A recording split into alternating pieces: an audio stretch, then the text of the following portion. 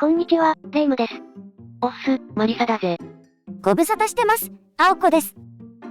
ついに国内仕様の GSX-S1000 発表ですか？それが、50足りない。S950？ そんな絶妙な排気量のバイクって、ありましたっけ？それが今回突然発表されてな。GSX-S950 だ。国内の S1000 発表はまだお預けなのに、別モデル発表ですね。ジラシプレイ？もちろん価格やデザイン、性能は S1000 譲りだ。色々魅力があるバイクだから、サクッと違い調べて動画にしてみたぜ。それでは、青月電子台、今回もスタートです。では、ゆっくりしていってね。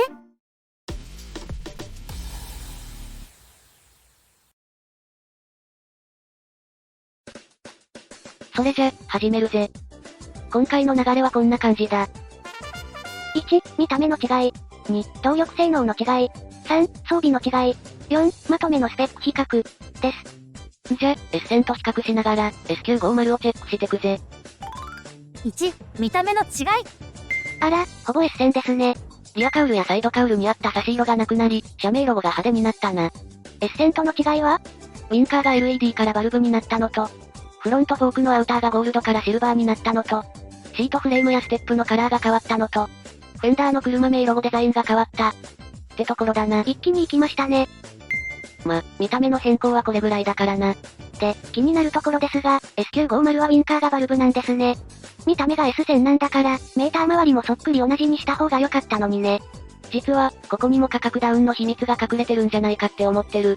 ほほう、LED は高くて、バルブは安いからって話？それもあるとは思うけどな。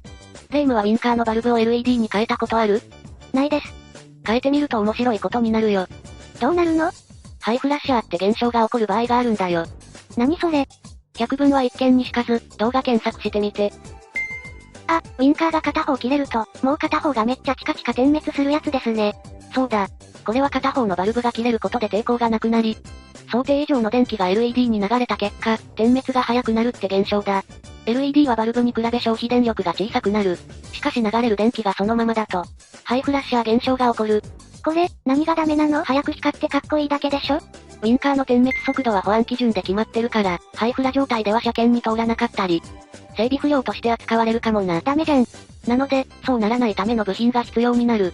もともとバルブだった仙台 S1000 のハーネスをそのままごっそり流用し、コストダウンしてるんじゃないのかって想像だ。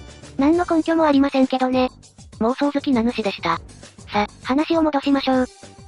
ボディカラーですが、新色が発表されてますね。S1000 にあったガラスマットメカニカルグレーがなくなって、パールブリリアントホワイトが追加されてるな。紅白カラーですね。めでたいですね。ホイールはブラック一色になったな。デザインに変更はない。あとカバー類がブラックアウトされてるぜ。なんか、こちらの方が引き締まって見えますね。そうだな。S1000 は腹周りにブルーやシルバーが点在してるからな。S950 はエンジン周りがブラック一色になってるから、腹周りが引き締まって見えますね。駅間にもブラック塗装にしたら、さらに腹黒感が出そうだな。スズキにそんな腹黒さはありません。2、動力性能の違い。エンジンスペックに変更はあるの？フランスのサイトで確認したが、ボアサイズや排気量に変更はなく、999cc のままだな。なのにエンジン出力が違うってことですが、どうやって差をつけてるの？パワーを抑えるために高速部を装備している。高速部？あれはエヴァの本来の力を制御するいわゆる吸気制限キットですね。吸い込む空気の量を制限することで、出力を制御しているんですね。そうだ。でも、何のために出力差をつけてるの？それは、ヨーロッパの免許制度をまたいで S1000 を販売するためだな。ヨーロッパでは日本と違い、馬力と年齢と経験年数で免許が区別される。日本は排気量縛りですよね。ヨーロッパでは馬力で分けるんですね。その通りだ。A1 から始まって、A2、A ってレベルアップしてく。A1 は年齢16歳以上で、125以下の 11kW 約15馬力以下。A2 は年齢18歳以上で 35kW 約48馬力以下。パワーウェイトレシオ 0.2kW 以下。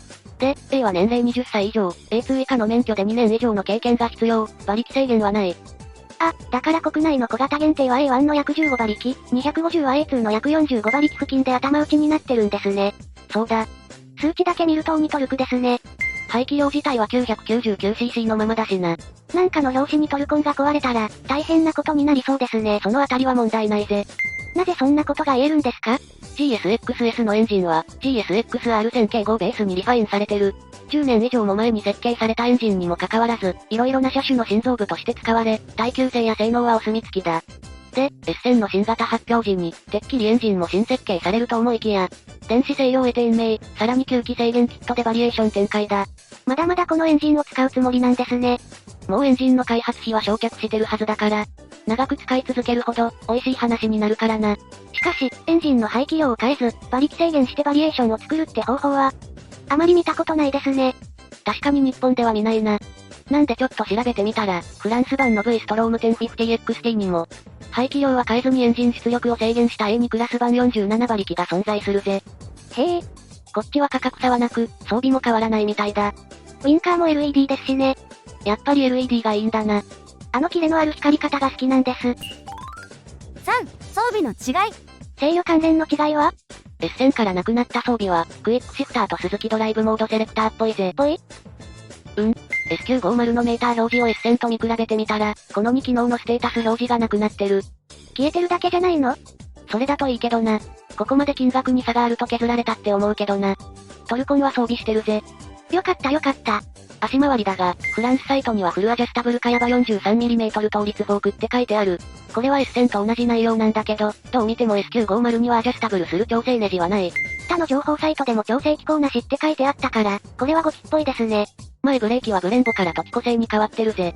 キャリパー系は 32mm から 30mm になり小径化してる。ポット数は4つで変化なしだ。ディスク系も 310mm で変わってないぜ。これは出力に合わせた再調整ですね。一通り見てみたが、変わってないようで、結構変わってるな。馬力を落とした分、ブレーキ性能や足回りがダウンサイジングされて、その分コストカットもできたってことなんでしょう。その結果があの値段だな。これだけ価格差があると、やはり LED とブレーキと足回りの差だけ、ってことはないでしょうね。やっぱり見えないところでも色々変わってるんだろうな。4、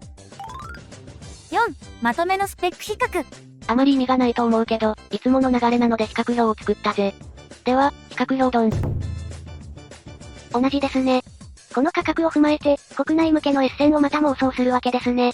フランスサイトに S950 の発売は、9月って記載されてましたね。そうなんだよな。海外発表時は大抵発売日も記載されるからな。あ、新型動画を作るようになってから気づいたんですが。何を？新型モデルってほとんどが海外発表で、その後国内発表ですよね。そうだな。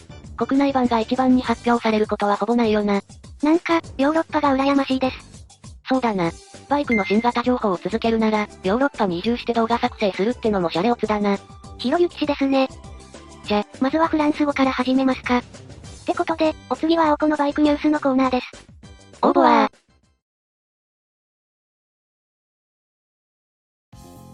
こんにちは、青子のバイクニュースのコーナーです。今回は ETC 装着がお得になるニュースを紹介しますね。お、ただにでもなるのか？さすがにそれは、ないです。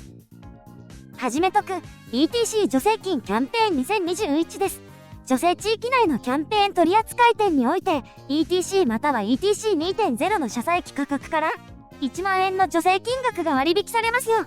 助成地域内って？東京都、神奈川県、埼玉県、千葉県ですね。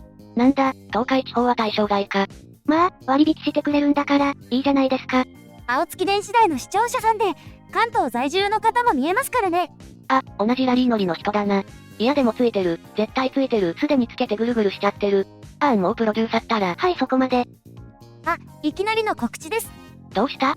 来週、6月26日、または27日のどちらかで、ライブ配信にチャレンジする予定です。